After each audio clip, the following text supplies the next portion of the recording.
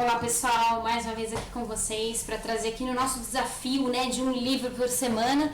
Eu vou trazer hoje um autor que ele é amado e odiado por muitas pessoas.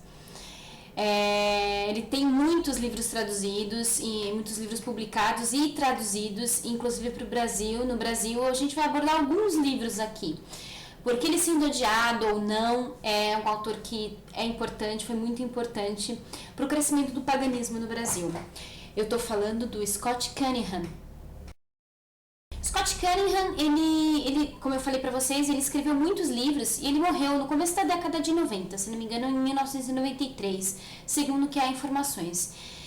Eu pouco sei, na verdade, da vida desse autor, eu não sei muito dele, né? Eu sei que ele escreveu muitos livros dando uma roupagem para a bruxaria muito parecida com a Nova Era, uma coisa mais voltada na visão de algumas pessoas até que olham assim com receio, com asco para as obras do Scott Cunningham.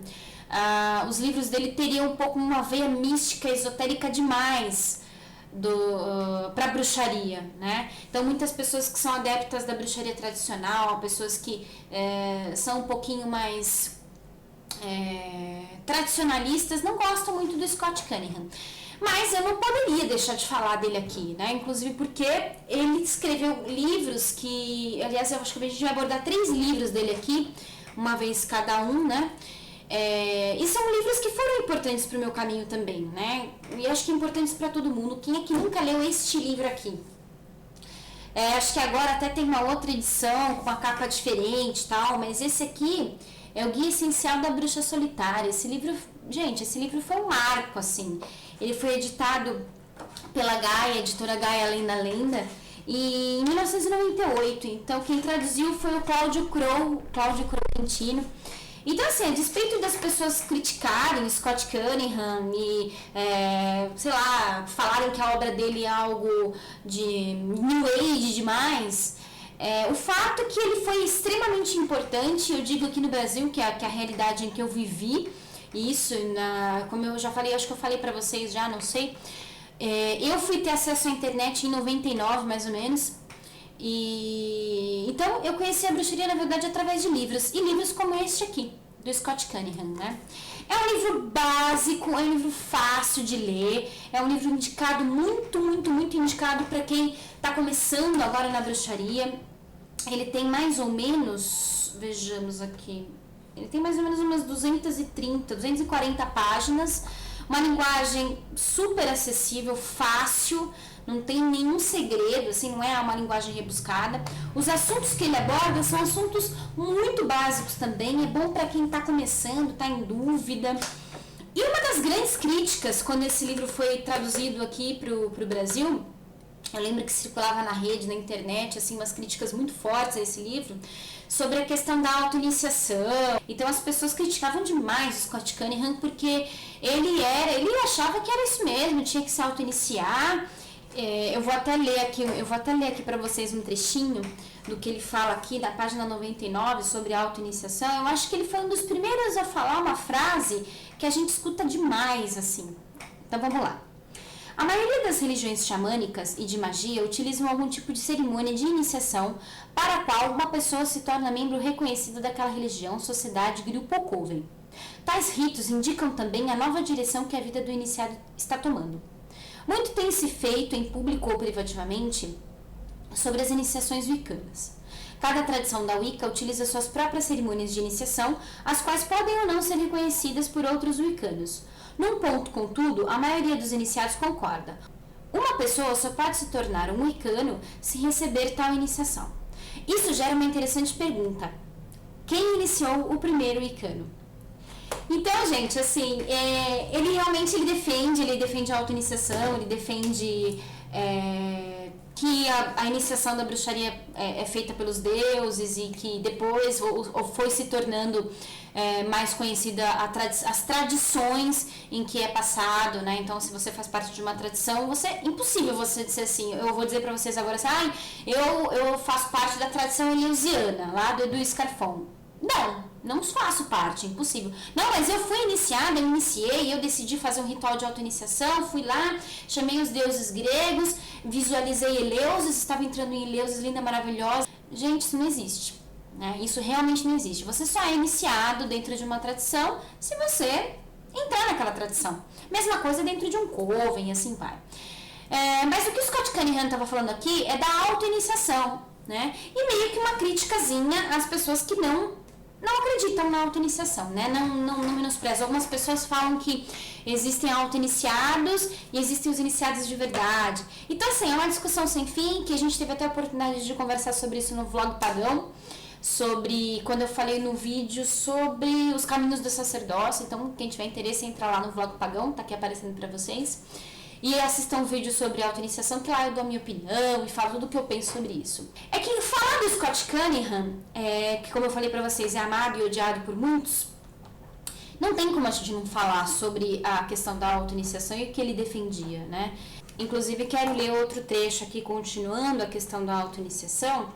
Ele fala o seguinte: a cerimônia ou cerimônias, por muitos grupos praticam 3 ritos sucessivos de iniciação, são consideradas da mais alta importância pelos grupos que ainda praticam rituais secretos. Certamente, qualquer pessoa que deseja ingressar em um grupo do gênero deve passar por uma iniciação, parte da qual consiste em jurar jamais revelar seus segredos. É aquilo que eu até falei pra vocês, né? Que se você quiser entrar numa tradição, num grupo, você tem que entrar, né, efetivamente naquele grupo, naquela tradição. Não adianta só falar, eu sou da tradição alexandrina. Não, você tem que fazer parte de verdade, né? Então ele continua. Faz sentido e é parte da iniciação de muitos covens, mas não é a essência da iniciação. Muitas pessoas me disseram precisar urgentemente de iniciação na Wicca. Isso parece familiar para vocês? Em 1998, quando foi traduzido aqui para o Brasil, já era assim. Parecem crer que não se pode praticar a Wicca sem este selo de aprovação. Se você leu este livro até agora, até este ponto, já sabe que isso não é verdade. A Wicca foi, até por volta da década passada, uma religião fechada, mas não é mais. Os componentes internos da Wicca estão disponíveis a quem quiser ler e tiver discernimento necessário para compreender o material. Os únicos segredos da Wicca são suas formas individuais de ritos, encantamentos, nomes de deidades e assim por diante. Isso não lhe deve incomodar. Para cada ritual ou nome da deusa secreto na Wicca, existem dezenas, se não centenas, de outros publicados e prontamente disponíveis. Atualmente, mais informações sobre o Wicca vêm sendo publicadas do que qualquer outro período anterior. Se a Wicca já foi uma religião secreta, atualmente é uma religião de poucos segredos. E até aqui ele faz um comentáriozinho aqui, uma notinha de rodapé. Alguns grupos simplesmente escrevem seus livros das sombras secretos, entre aspas, e restringem o acesso a eles. Isso assegura, sem dúvida, que sejam secretos, mas não mais antigos ou melhores que quaisquer outros. Então, gente, para vocês verem, assim, imagina como foi se hoje, eu lendo esse trecho para vocês, tenho certeza que algumas pessoas vão ouvir, vão ver esse vídeo e vão falar, imagina que absurdo o que ele está falando e tal. Você imagina isso que foi no começo da década de 90, fim da década de 80, que foi mais ou menos quando foi escrito esse livro.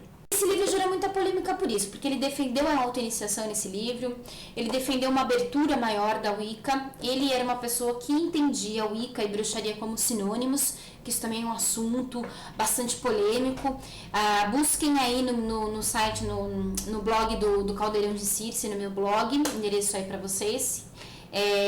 Eu escrevi um texto bem grande falando sobre as origens da bruxaria, diferenças ou não entre bruxaria e Wicca. Deem uma lida que vocês vão gostar, que também é um assunto super polêmico. Então, Scott Cunningham defendia que Wicca e bruxaria eram a mesma coisa, defendia uma abertura, uma amplitude, né, e uma acessibilidade maior à bruxaria pelas pessoas. Por isso ele também era odiado, né, porque muitas pessoas querem deixar a bruxaria mais fechada, né? Não querem abrir para todo mundo.